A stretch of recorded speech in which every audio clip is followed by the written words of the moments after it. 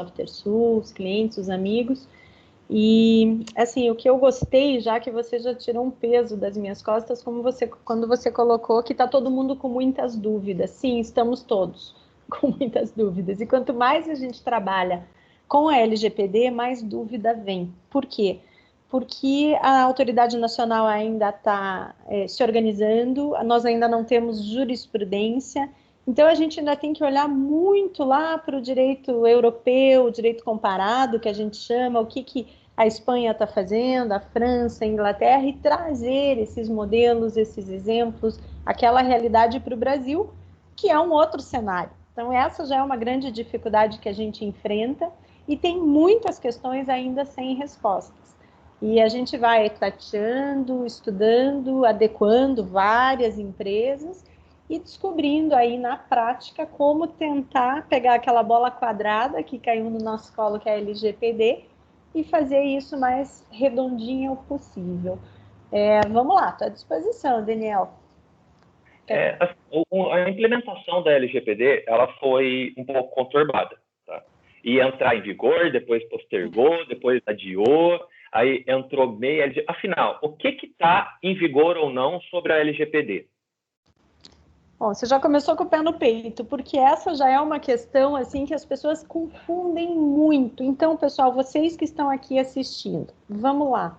O que aconteceu? Como o Daniel bem falou, a lei foi publicada lá atrás e aí ficou naquele período que a gente chama de vacância. Nesse período de vacância, já era para as empresas terem se adequado. E a maioria delas assim não fez. Quando chegou em setembro do ano passado, foi aquele desespero, porque ela entrou em vigor de uma hora para outra. De uma hora para outra, para quem não estava acompanhando esse assunto. A gente já estava imaginando que viesse isso, então para a gente não foi surpresa, mas para o grande público brasileiro foi. Como é que está hoje? A lei está em vigor? Sim, ela está em vigor. Tem um artigo da lei, que é lá pelo 51, 52, por ali, que fala das multas, das sanções administrativas, que são aquelas impostas pela autoridade nacional. Esse é o único artigo da lei toda que ainda não está em vigor. Ele vai entrar em vigor em julho desse ano.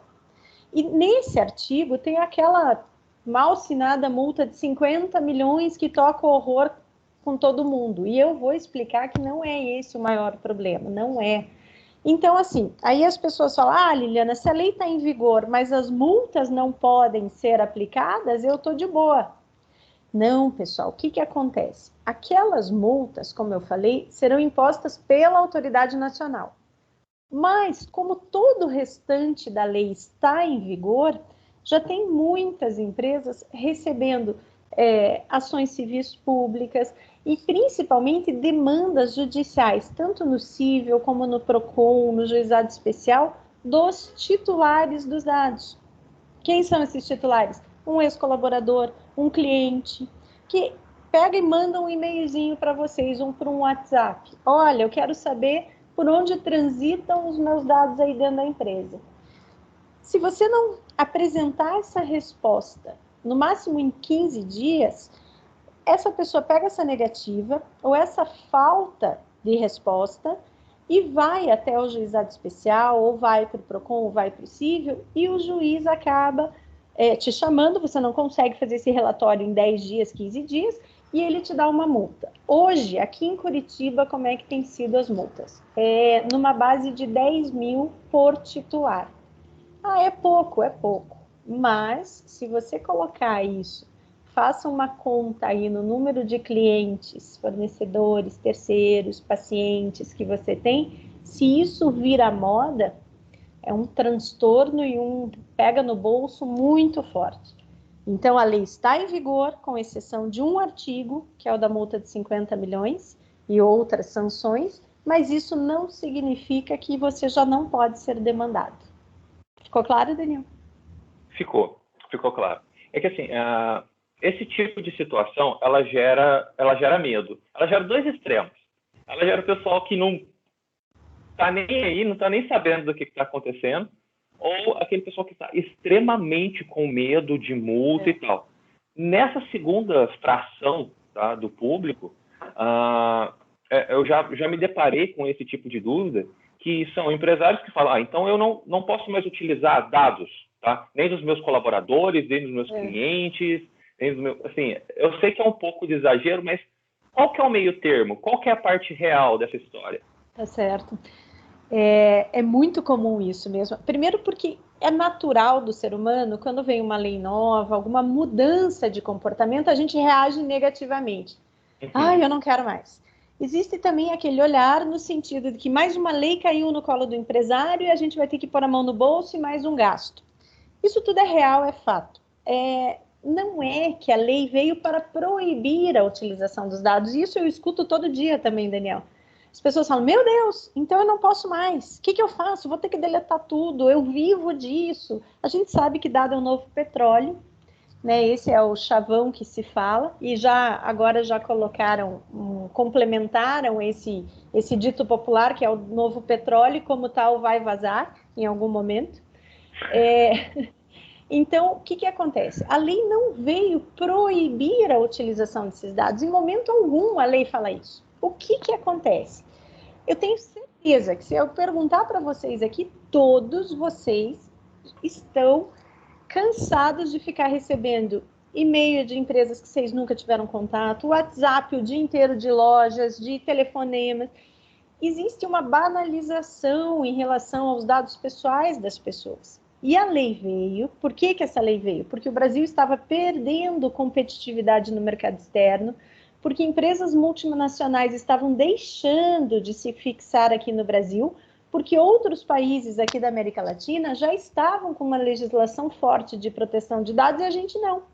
Então, quando o Brasil começou a perder essa competitividade, eles falaram, vamos agilizar, vamos pegar a GDPR da Europa, que já está pronta, dar uma tropicalizada e meter goela abaixo. E depois, como sempre acontece aqui no Brasil, a gente vai aparando as arestas.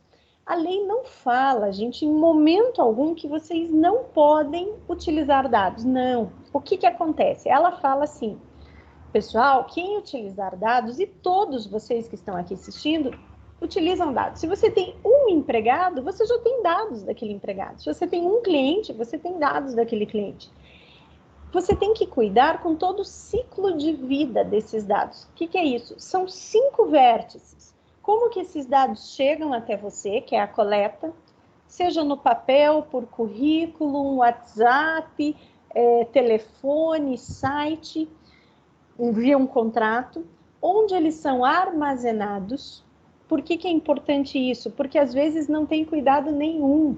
Então a pessoa armazena no seu próprio computador, por exemplo, e leva esse computador para casa, onde os filhos adolescentes ficam jogando o dia inteiro. E ali tem N dados. Então, coleta, armazenamento, finalidade, que é o principal. A lei fala, você tem que justificar por que você está usando aquele dado, por que você coletou. Se tiver uma base legal, e a lei trata de 10 bases legais, é muito fácil você enquadrar numa das bases legais. Se você conseguir enquadrar, tá tudo certo. E eu garanto para vocês, em todas as empresas que a gente já adequou e que a gente está fazendo adequação agora, se tiver um dado que a gente pede para deletar da base, é porque aquele dado nós passamos em todos os setores e ninguém usa para nada. E a resposta é, por que você coleta? Tá no formulário, nunca nem reparei. Então não pode mais.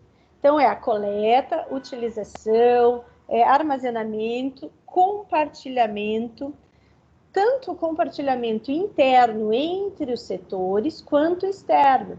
Minha contabilidade é externa, eu compartilho com o banco, com o plano de saúde, com as filiais, compartilho com a matriz que é fora do país, e descarte. Principalmente o descarte é uma coisa que normalmente as empresas não têm uma política de descarte. Os dados ficam ali para o resto da vida. E aí a gente precisa ver por que aqueles dados estão sendo armazenados. Por que você vai ter uma base de dados gigante que um dia pode vazar se você não usa mais? Então, se você olhar para esses 5 vértices, dado por dado, setor por setor, você vai conseguir tirar uma fotografia da sua empresa. E aí você faz um plano de ação bem certinho, o que deve fazer com cada dado. E eu garanto, 99% dos dados você não vai precisar deletar, só vai ter que organizar a sua casa. Entendi. Assim, eu acho que eu vou começar do mais amplo, tá? Porque eu acho que dá para a gente conseguir seguir a partir daí. Eu não tomei nenhum passo, eu não tomei nenhuma atitude, eu sou um empresário, eu quero começar agora essa adequação, tá? Como eu devo me adequar? Como eu devo iniciar esse processo?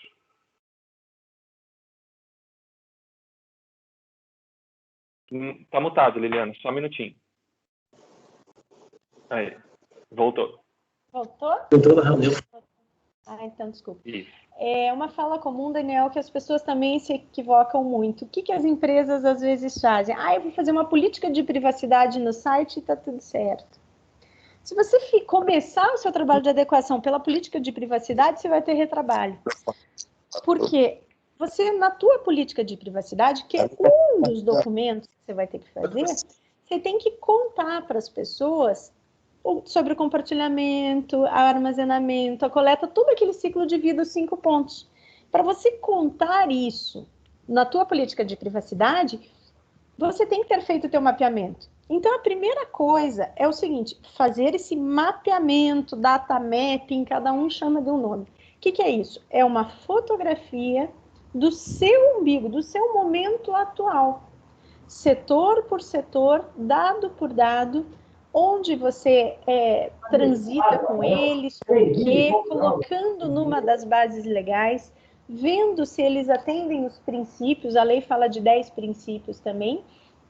Depois que você faz isso, Daniel, é que você vai conseguir sentar com aquela fotografia e muitas vezes os empresários se surpreendem aí, que eles conseguem tomar distância e enxergar muitas vezes que os processos não estão bem delimitados, que os procedimentos, os POPs, procedimento operacional padrão, não são respeitados, ou que está faltando, é melhor fazer algum.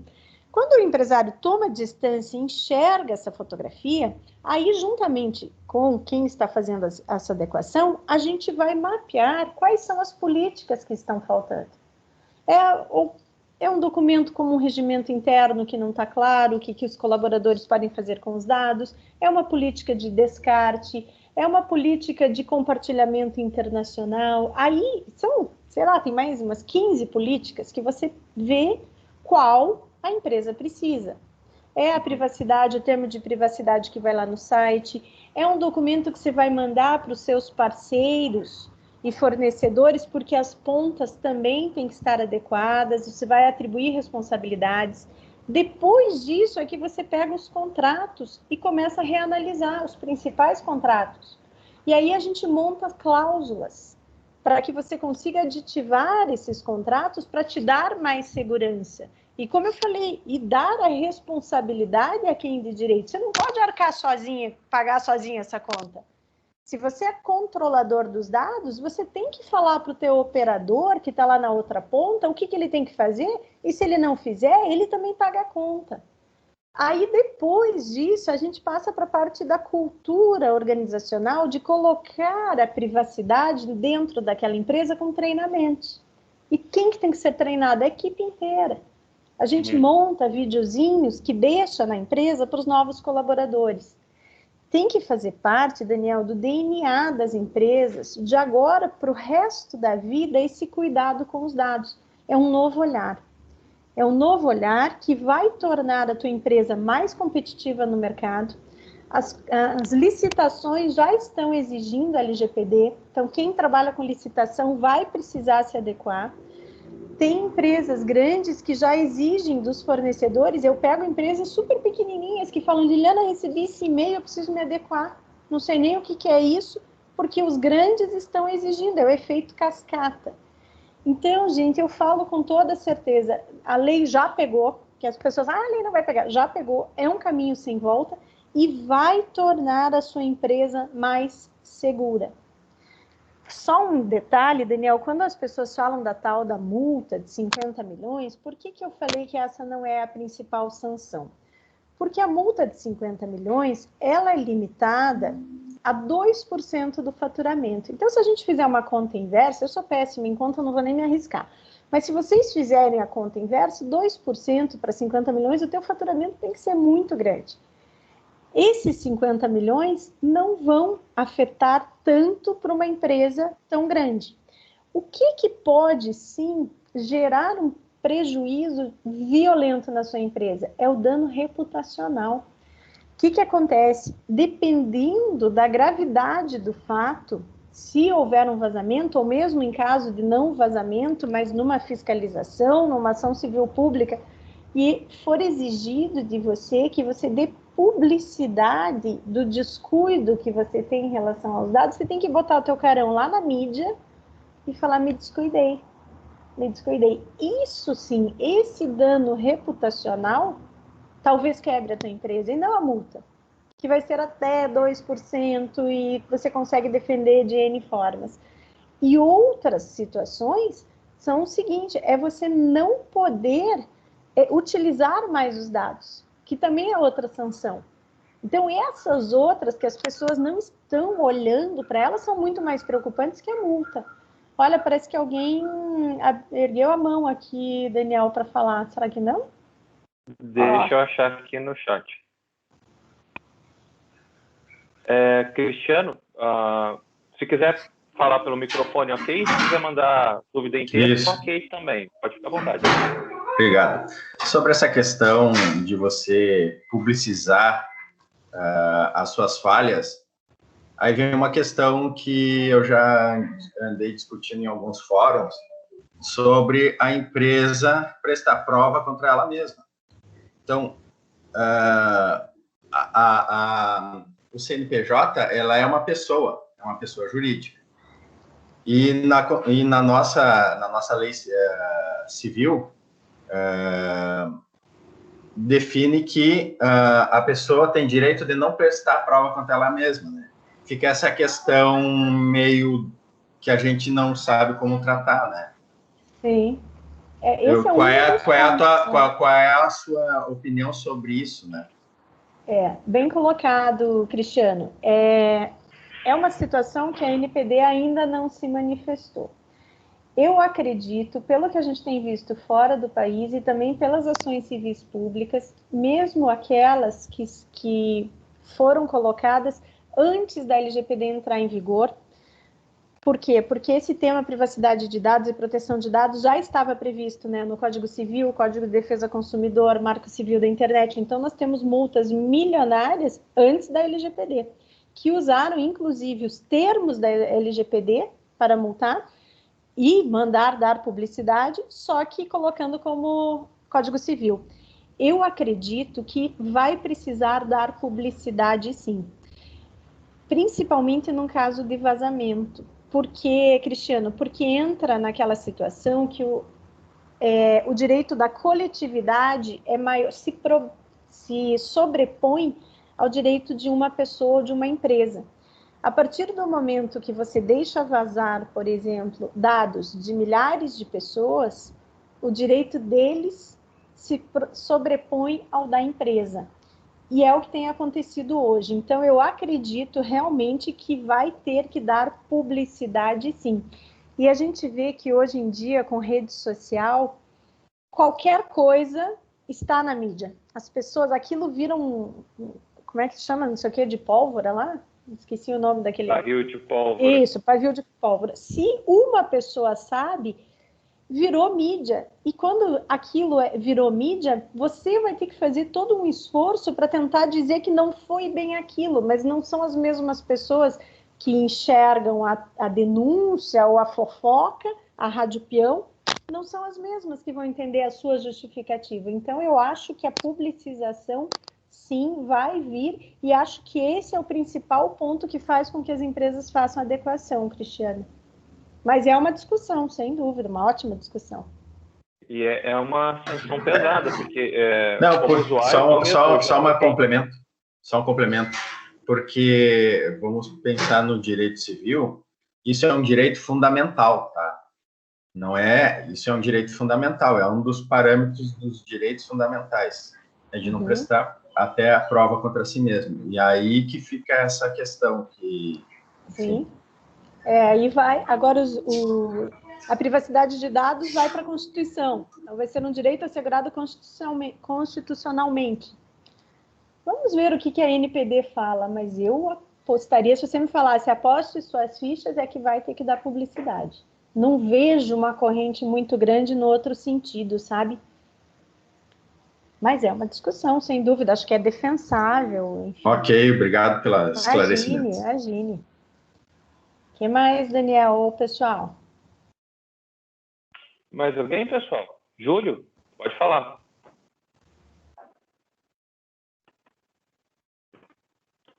Júlio, só deixa eu desmontar ele. Aí. Bom dia. Liliana, Bom dia. uma dúvida que a gente tem nas empresas do grupo e tudo mais. Qual é a obrigação de ter um DPO para a empresa? Tá. A tua empresa é do quê? Qual é o ramo? A gente tem um ramo, são várias empresas do grupo, tá? Mas o ramo principal é concessionária de veículos e uma empresa de consórcio. Tá. Então, vamos lá. Boa pergunta, Júlio. Se vocês observarem, não sei se vocês estão acompanhando qual tem sido a pauta das primeiras providências da Autoridade Nacional, e a primeira agora, uma das primeiras, é tratar de pequenas e microempresas. Por quê? Quando veio a LGPD e exigiu o DPO ou o encarregado, não sei se todo mundo já sabe o que é, DPO é Data Protection Officer, que na tradução veio como encarregado. Aí o brasileiro não gostou do termo encarregado, porque parece encarregado de chão de fábrica, e achou por bem continuar, por uma questão de ego, chamando de DPO, mas é o nosso encarregado da lei. O artigo que fala do DPO, do encarregado, não faz uma linha de corte. Então, pela lei, como eu falei lá no começo, que a nossa bola veio quadrada, o salão de beleza aqui da esquina precisa ter um DPO, o que é um absurdo. Então, aí começaram as insurgências e a NPD falou, eu vou analisar primeiro essa questão de pequenas e microempresas para fazer uma linha de corte. E a gente espera que para essas empresas não precise a figura do DPO. No teu caso, com certeza vai precisar, né? Eu não sei o teu faturamento, não sei o número dos seus colaboradores, não sei qual vai ser a linha de corte da NPD, mas vai precisar sim. O que acontece, Júlio? A gente tem trabalhado, e até ontem eu estava numa empresa montando um comitê. A gente tem feito em empresas grandes, né, o DPO e um comitê de privacidade e segurança. Esse comitê é com pessoas de várias áreas, para que o DPO esteja transitando bem por essas áreas e também, caso o DPO deixe de ser DPO daquela empresa, que a empresa não fique totalmente descoberta. Tem um comitê trabalhando junto. Outra possibilidade, você sabe, Júlio, que pode ser um DPO externo. Então, quando as empresas ainda não querem investir num DPO, o que elas têm feito? Eu vou montar só o comitê interno com pessoas que já trabalham aqui, fazer a capacitação dessas pessoas com a consultoria que tem trabalhado aqui com a gente, e se vier uma fiscalização, uma exigência, eu contrato imediatamente um DPO externo. Então, tem sido um jogo de cintura que as empresas estão fazendo. Mas no seu caso vai ser obrigado? Olha, eu não tenho dúvida que vai. Na Europa, Júlio, para você ter ideia, eles foram fazer a linha de corte. E aí eles começaram a bater na trave, porque primeiro eles colocaram pelo número de colaboradores. E aí eles viram que 98% das empresas europeias tinham um número de colaboradores muito baixo. Então, quando eles fizeram a linha de corte pelo número de colaboradores, o DPO não precisava existir. Aí eles mudaram, daí vai por faturamento, aí não deu certo. Aí vai pelo número de dados que tem. Então, a NPD agora está fazendo uma consulta pública para pequenas e médias empresas e daí vai dizer qual vai ser a linha de corte. Estamos acompanhando, ainda não tem. Mas você vai precisar, Júlio. Não, perfeito, obrigado. Nada, imagine. Mais alguém, pessoal? Bom, então, eu vou soltar uma minha aqui, tá? Liliana, tempo? Se eu começar hoje, quanto tempo eu vou levar para me adequar?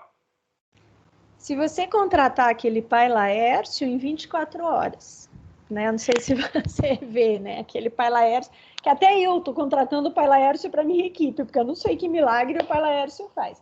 Tirando o Pai Laércio da jogada, é um trabalho lento, Daniel. É um trabalho que ele demora, olha, a parte do mapeamento, que é o primeiro, a gente demora 3, 4 meses. Ah, Liliana, é muito tempo, é muito tempo. Por quê? Você precisa fazer primeiro uma reunião de kick-off com o pessoal para explicar o que é, explicar o que você vai fazer. Aí você monta entrevistas e vai pessoalmente dentro das empresas, setor por setor. O que acontece? Não é tão simples eu de fora chegar para o Júlio, por exemplo, falar, Júlio, eu vou aí na tua concessionária, agora eu preciso ficar 5 dias aí dentro, eu preciso todo mundo disponível ao meu bel prazer. O Júlio vai falar, Liliana, eu vou quebrar, eu tenho que vender. Aí ele fala assim, não, Liliana, olha, do dia 25 do mês ao dia 5, esqueça, não vou ter tempo para te atender. Então, essas entrevistas não são de acordo com a nossa agenda. Então, a gente fica semanas, às vezes um mês e meio, conseguindo encaixar essas entrevistas.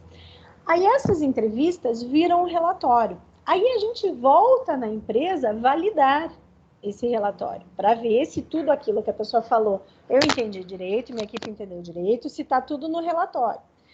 Sempre aparece uma coisinha ou outra, a gente faz adequação. Aí a gente monta os planos de ação gerais da empresa e setor por setor.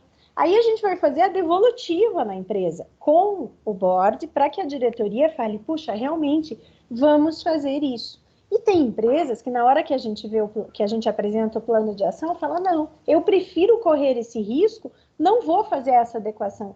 Tá tudo certo, o que não pode acontecer é o empresário ter desconhecimento do risco. Aí, depois que ele valida tudo, aí que a gente começa a parte de adequação até as entrevistas. Então, Daniel, respondendo a tua pergunta, normalmente é um trabalho de 6, 7, 8 meses. É por aí. É bastante tempo. É bastante. E aí tem toda a parte técnica da Software Sul, que vai entrar nos computadores e vai fazer toda a adequação de vocês também, porque não pensem que a adequação é só jurídica. Não, são 2 pontos que a gente tem que ver toda a parte de tecnologia e segurança da informação, que a bola é toda aí de vocês, da Software Sul, e a parte jurídica, a gente caminha junto. Sim. Esse prazo que você falou é contando só com a parte jurídica?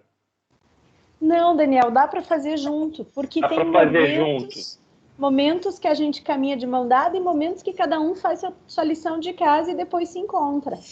É assim. Mas tudo isso que você falou com base numa assistência jurídica, numa assistência técnica externa, que é o que você deu de exemplo, pelo menos. A gente pega e faz isso, a gente pega e faz aquilo. Uma empresa consegue fazer isso per se, assim, sozinha? Vou começar a mexer alguns pauzinhos aqui. Tá. Como que você vê isso? Veja, a gente tem clientes, sim, pessoas que fazem sozinhos. O que vai depender? Do nível de maturidade da equipe, que realmente, se ela tem condições, se ela estudou a fundo esse tema, e se ela tem tempo e braço suficiente para ela fazer adequação por conta própria. Você não precisa de uma assessoria externa. O que acontece? Normalmente a empresa pede porque ela fala assim, eu não tenho tempo para parar tudo, disponibilizar um pessoal e nem conhecimento técnico, que é uma coisa muito específica para fazer. Mas pode, se você tiver braço suficiente, sim, você pode fazer. Normalmente, Daniel, a gente trabalha de 3 formas. Ou a empresa que está fazendo sozinha passa para a gente validar o que eles estão fazendo, é uma opção. A segunda opção é que a gente faça o mapeamento, que é onde dá mais trabalho, entregue para o jurídico interno, externo da empresa, e eles façam a implementação. E a terceira possibilidade é, eu não tenho ninguém para fazer, se vira e faça. Aí a gente faz tudo, desde as reuniões de kick-off até o treinamento, mapeamento, documentos, políticas, implementa e entrega prontinho, capacita o DPO, capacita comitê, e dali ele caminha com as pernas sozinhos, com as próprias pernas. E agora estão me pedindo bastante mentoria, então eu estou começando a dar mentoria. O que é isso? É a pessoa que está fazendo, traz situações, a gente faz por hora. Liliana, não sei como dar sequência nisso, aí eu vou pontuando com a empresa. Mas se tiver braço e conhecimento, dá para fazer sim. Olha, chegou uma dúvida do Denilson. Denilson que queria ir para a praia comigo aqui, Denilson. Tem uma dúvida. Você vai ler, Daniel, o que eu leio aqui? Não, pode ler que você já vai explicando se precisar no meio dela. Do TI da empresa, queria saber sobre os dados dos clientes. Tenho representantes que efetuam o cadastro dos usuários de forma offline por são produtores rurais. Então, como dar acesso aos mesmos para consultar seus dados se não há um sistema de acesso ao cliente, mas sim aos representantes? Falo de aceitar ou recusar o termo, pois li que o usuário deve ter acesso aos dados sempre que necessitar. Isso aí. Denilson, me explica no áudio. Vamos lá.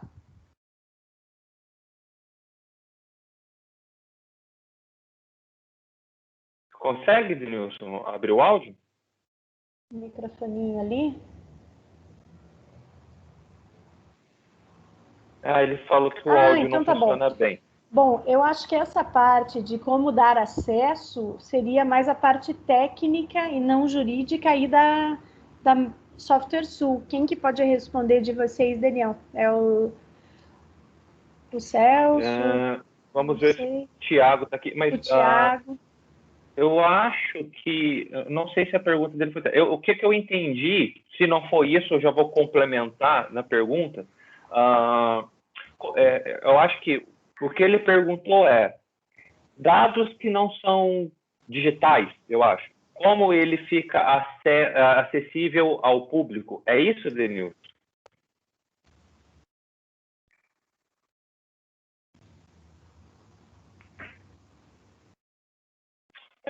Tá. Bom, ali ele colocou que o usuário deve ter acesso aos dados sempre que necessitar, exatamente, Denilson. Por isso que a gente tem que fazer o mapeamento.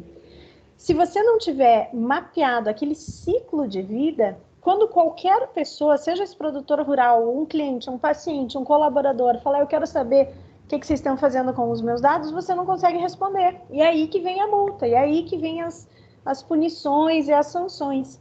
Então, não importa se é offline, se é no papel, se é no WhatsApp, se é na gaveta.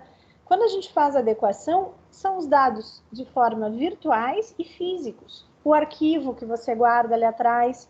Então, tudo isso tem que estar adequado, tem que estar no mapeamento. Aí o teu produtor rural fala, olha, eu quero saber aonde que ficaram os meus dados, que mesmo offline eu entreguei para você. Não importa se é offline, online, se é no papel.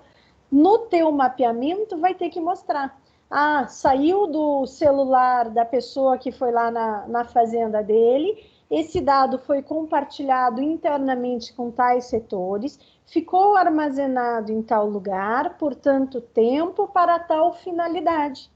Então, é um mapeamento exatamente igual como qualquer outro. Eu já vi isso acontecer. Oi. Opa, tudo bom, Celso? Só uma dúvida aí que eu fiquei agora. Qual que é o termo de ligação legal desses representantes? Porque até o representante imputar esses dados, se ele é online, se não é online, independente agora, mas vamos supor que esses representantes, se fosse uma outra empresa, um outro CNPJ, eu acho, tá? É uma pergunta mais legal para a Liliana, assim, a partir de que momento eu, representante Celso, CNPJ, que não sou colaborador da empresa lá do Denilson, quando eu imputo os dados lá, enfim, online, os dados online, que quando eu imputo para eles, ele é a parte legal da LGPD dele. Enquanto eu não imputo, a minha LGPD é minha, Celso representante, certo? Então, se é offline, como que essa em que momento offline que eles trabalham com esses dados offline, que esses dados vão para a empresa do Denilson, que é a responsabilidade dele. Porque Sim. se eu sou um representante, um outro CNPJ, enfim, né, um terceiro que não tem uma ligação legal, eu só tenho que dar uma documentação específica dizendo, ó, eu tenho um termo que os dados, enfim, que eu trabalho, eu que cuido com a minha LGPD. Quando eu passo para você, daí é um termo que a gente assina e os dados são teus, a LGPD é tua. É mais ou menos isso? Como que é? Quando que sai da minha empresa e vai para outra, né? Boa pergunta, Celso. É aí que entram as figuras do operador e do controlador.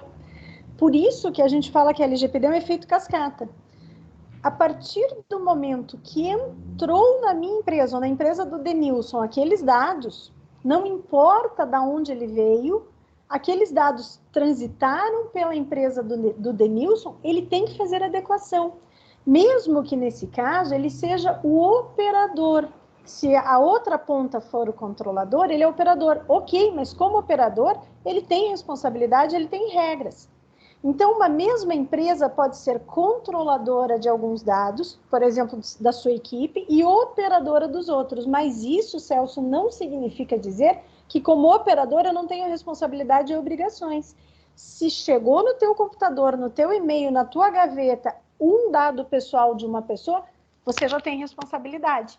Por isso que é muito importante, quando você está fazendo a adequação, você se situar em cada caso concreto e em cada processo, se você é operador ou controlador. Você tem que ter essa visão muito clara para se posicionar, para saber quais são as suas responsabilidades em cada situação. Aí, Celso, você vai vendo, e o Daniel também que perguntou, por que a adequação é lenta? Porque é muito detalhe, não é difícil fazer a adequação, mas é um trabalho de preso, é no detalhe. Às vezes você vê uma ponta, quando você vai ver tem um iceberg embaixo. Então é muito trabalhoso, não é difícil, mas requer braço, paciência, conhecimento, muita paciência. Vai lá, olha, a Alice perguntou de novo do DPO. Oi, diga, Daniel. Eu só ia complementar sobre que o Celso perguntou assim, a partir de qual momento cessa a minha obrigatoriedade como intermediário desse dado, né? Eu acho que ele nunca cessa, né? Porque se eu estou só transitando esse dado, eu vou dar um exemplo de uma empresa que eu fui colaborador, que ela coletava ponto, tá? Dados de ponto, entrada e saída em ambientes rurais.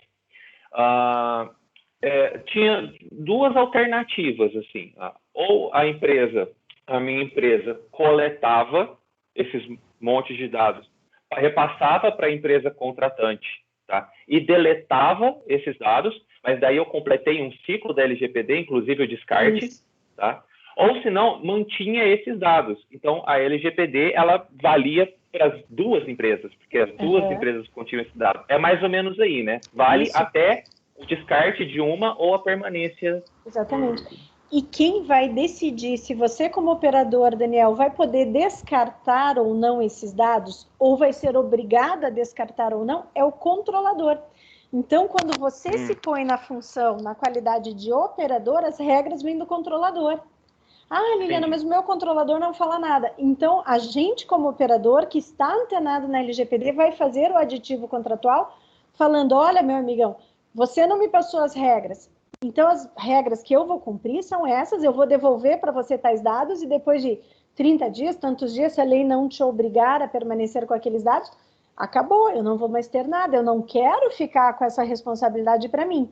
E se você é controlador, o teu aditivo contratual com todos os operadores, você vai dizer exatamente o que ele vai ter que fazer com aqueles dados depois de atingir a finalidade. Vai me devolver? Vai deletar? Vai devolver e deletar?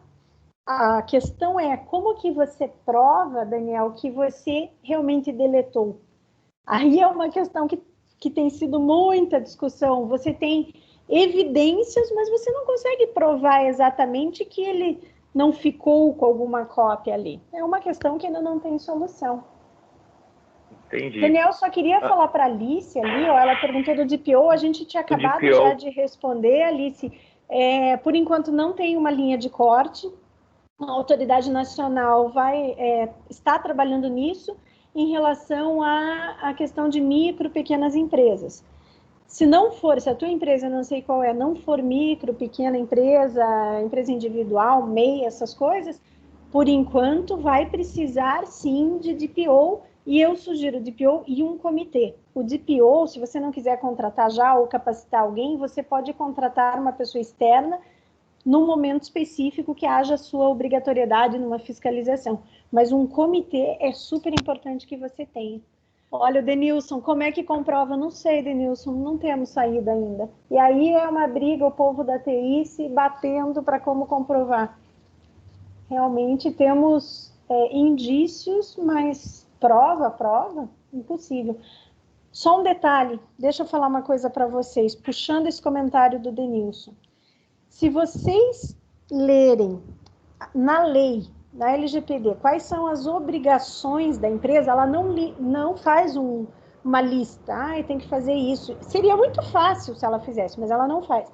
Ela faz assim, que você vai ter que provar governança, boas práticas, tudo uns termos bem genéricos e subjetivos, mas que você fez tudo para minimizar o risco. Isso é ótimo para a gente, por quê? A lei sabe, gente, que não existe, entendam isso, nenhuma possibilidade de você fechar todas as portas e riscos de um vazamento. Por quê? Você está trabalhando com pessoas. Bom, não vou nem falar de hackers, que estão anos-luz na nossa frente, não vou nem falar nisso. Mas, por exemplo, a minha empresa é toda redondinha, tem N situações que o pessoal da SoftwareSul fez ali para não posso colocar pendrive, não posso mandar para e-mail, não posso imprimir, não. Tá tudo seguro? Tá. Quem garante que eu não vou pegar meu celular, e fotografei a tela com todos os dados? A pessoa pode usar de má fé, gente. Pode usar de má fé. Então, o que a gente vai provar? A gente vai conseguir provar, numa situação dessas, que a gente fez aditivo contratual com aquele colaborador, atribuindo responsabilidade, dizendo que isso é crime, que ele não pode fazer. A gente vai ter feito treinamento, a gente vai mostrar que nas nossas reuniões de bom dia, no nosso jornalzinho, na nossa semana ali de prevenção de acidente, a gente falava de privacidade. A gente vai provar que aquela pessoa estava capacitada, mas que ela fez de malandragem, de má fé. Então, a lei não te obriga a proibir de todas as formas o vazamento ou qualquer problema de segurança. Ela fala que você tem que minimizar.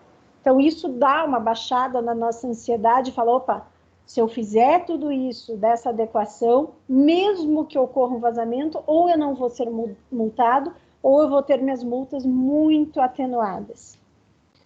Vai lá. O que mais, Daniel? Mais uma dúvida do Clodoveu. Ele pergunta se a comprovação do descarte poderia ser feita por meio de auditoria. Se a auditoria conseguir provar que foi feito descarte, sim. Seria uma ótima saída, Clodoveu. Eu não sei se ela consegue. Obrigada, Denilson. O que mais, pessoal? Mais alguma dúvida, pessoal? Vão dando feedback. Eu estou tentando sair do juridiquês ao máximo e trazer aí a realidade e principalmente tirar o medo que as pessoas têm da LGPD, sabe? Vamos ter que se adequar? Vamos. Mas depois é um trabalho só, aí pro resto da vida você toca o barco. Olha lá, tem alguém de mãozinha erguida. O Celso. Pode falar, Celso. Oi, pessoal. Só uma dúvida, Liliana. A gente, hoje nós já temos alguma, como é que eu digo assim, alguma jurisprudência, algo que já foi julgado, algum resultado para a gente também, porque como é tudo muito novo, mas já está na pista, né? Nós já estamos sendo, como é que eu digo, subjugados por essa lei, né? Já estamos dispostos a ela, e para ela ser muito nova, né, do modo como ela entrou, assim, meio que de supetão, não é, de repente foi, né, nós já temos hoje alguma situação algum respaldo jurídico, tipo assim, que foi julgado, que foi dado algum respaldo, que foi multado, por que que foi, para a gente poder, tipo assim, opa, essa empresa era uma dúvida que eu tinha e já criou uma jurisprudência que realmente é isso daí, né? Desculpa, Celso, pode continuar. Ah, tá. Se nós já temos hoje algo julgado, tipo assim, alguém entrou com uma ação contra uma empresa porque não pôde comprovar que o dado estava lá, não estava, ou foi deletado, enfim, como o pessoal Tá. tem colocado dúvida. Se nós já temos algo hoje assim julgado, tipo, não, alguém já julgou isso uma, duas, três vezes e foi feito isso, tipo uma Tá. jurisprudência. Quando eu dou palestra, Celso, eu sempre trago uns casos concretos, e o mais conhecido foi aquele fatídico da Drogaria Araújo, lá de Minas Gerais.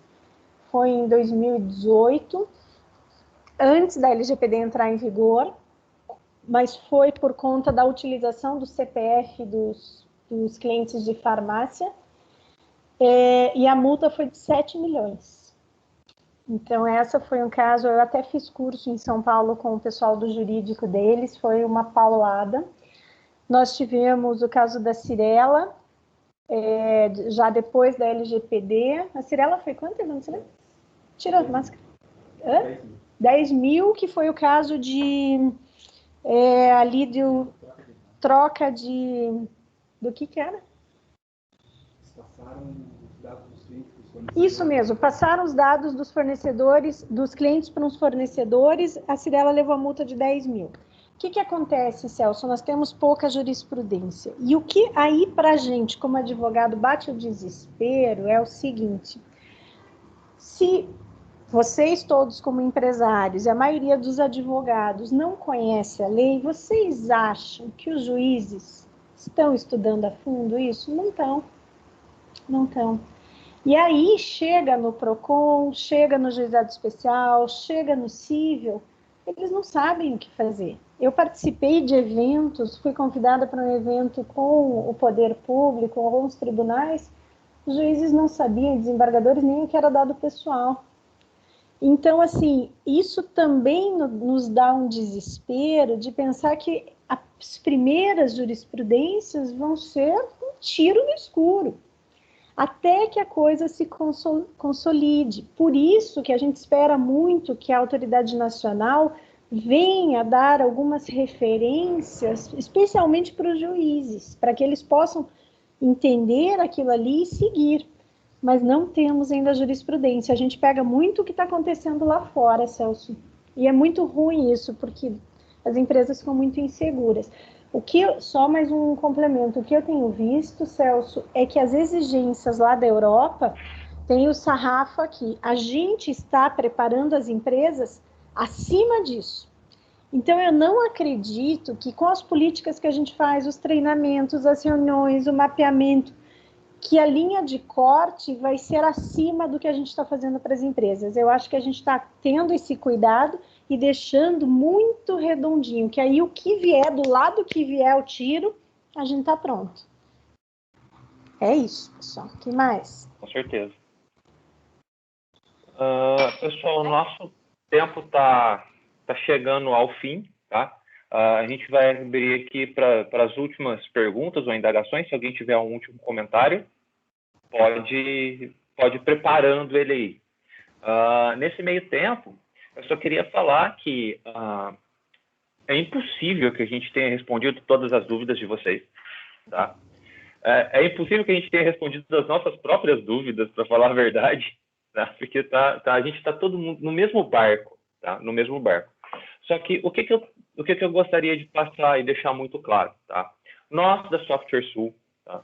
Em parceria com a Liliana e toda a equipe dela e toda a equipe do escritório dela, a gente está, como eu disse lá no começo, auxiliando as empresas a tentar fazer essa adequação mais completamente possível, tá?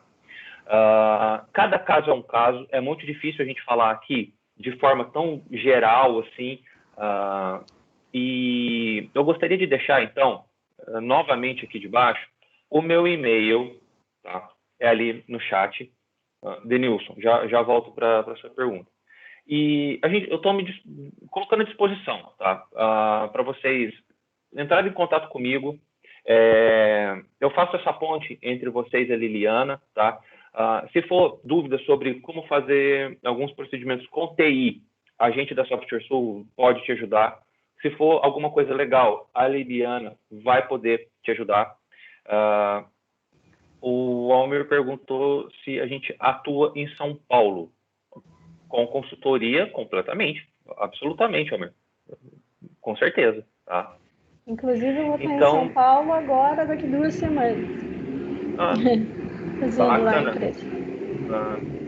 Então, assim, eu gostaria realmente de atender cada um de vocês de forma mais pontual. Então, tá aí. Tá? Meu e-mail tá aí. A gente faz esse grande bate-papo. Nilson tem uma última dúvida aqui sobre a fiscalização da LGPD, a fiscalização, como que ela vai ser feita?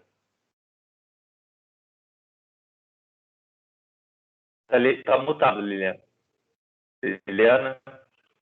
Eita, eu aperto ali, você viu como eu vou bem na parte de TI, né? Eu vou apertando tudo que é coisa. Desculpe.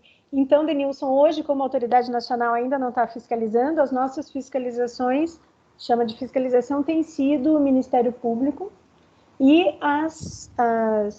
os processos judiciais, que a gente já está sofrendo, já está respondendo, via PROCON, Juizado Especial e o civil mesmo.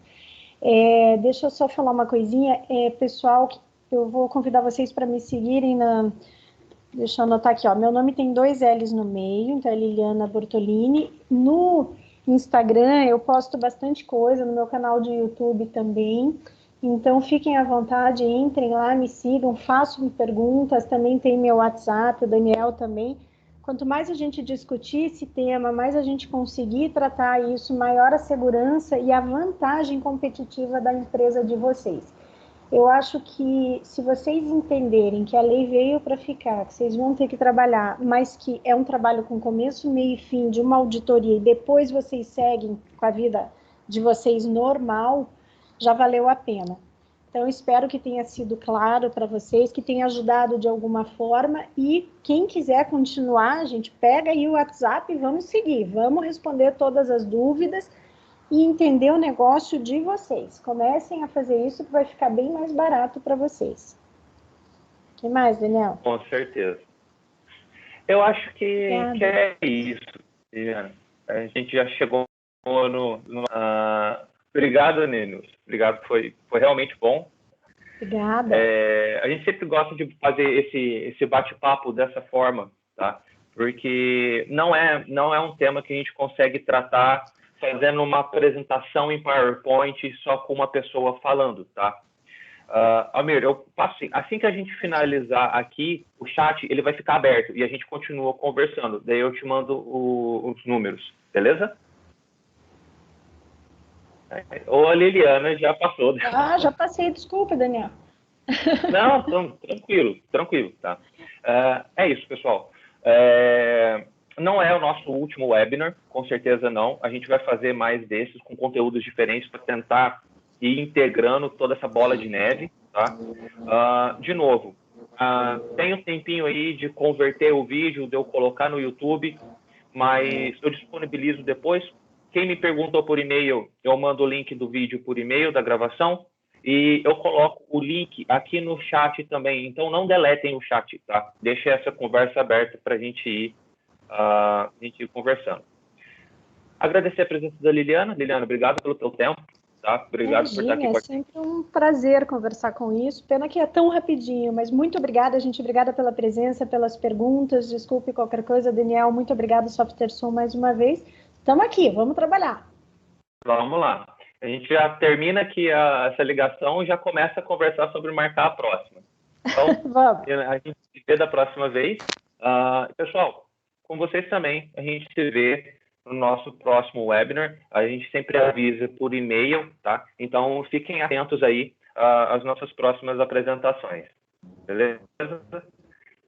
Fiquem com Deus. Valeu, pessoal. Um bom restante de semana. Valeu. Tchau, tchau. Tchau.